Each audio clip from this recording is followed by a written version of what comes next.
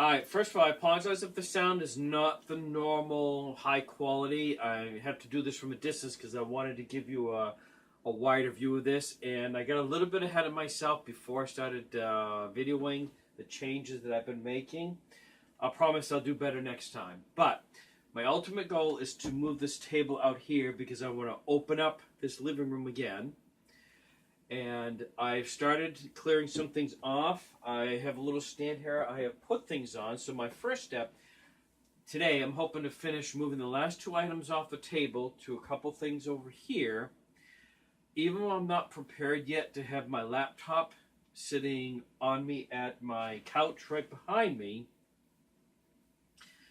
doing this is going to motivate me this weekend to make a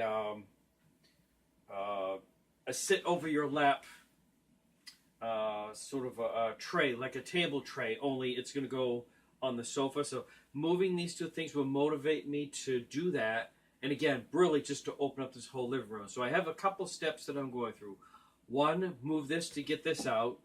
Two, I am going to do a little bit of rearranging in here, which you will see, and I'll explain why after, because there's something I want to do where this couch is. Hey there, come here, pal. All right, you gonna help? So, and there's something I want to do in behind here. I can tell you that now.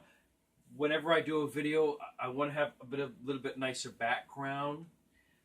Because three people I watch. My brother does his videos. He has some pretty good backgrounds. I could do green screen. Two people I subscribe to, Angel Puss and A Girl Being Frugal.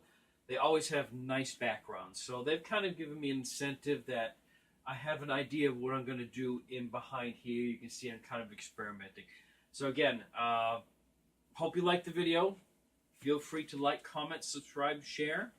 Again, even if you're not downsizing, if you're reorganizing like I am to make more efficient the space again, I would love your suggestions and your comments. Thank you.